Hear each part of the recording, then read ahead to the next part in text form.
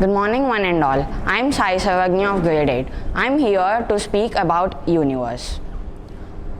What fascinates me more about universe? Well, there are just many unknown things in the universe which I want to know of.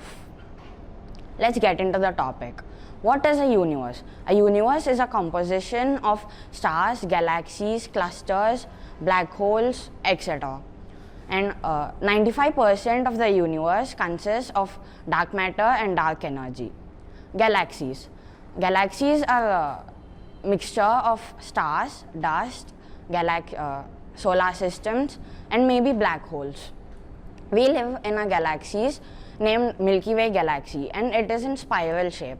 Our nearest galaxy is called Andromeda galaxy. Black hole is a region in a space where gravity is so much that it pulls everything into it. The nearest black hole is Sagittarius A, and it is present in the Milky Way galaxy.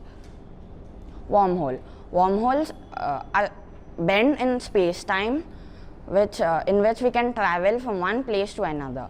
It is explained more in general theory of relativity by Einstein. Its existence is still unknown.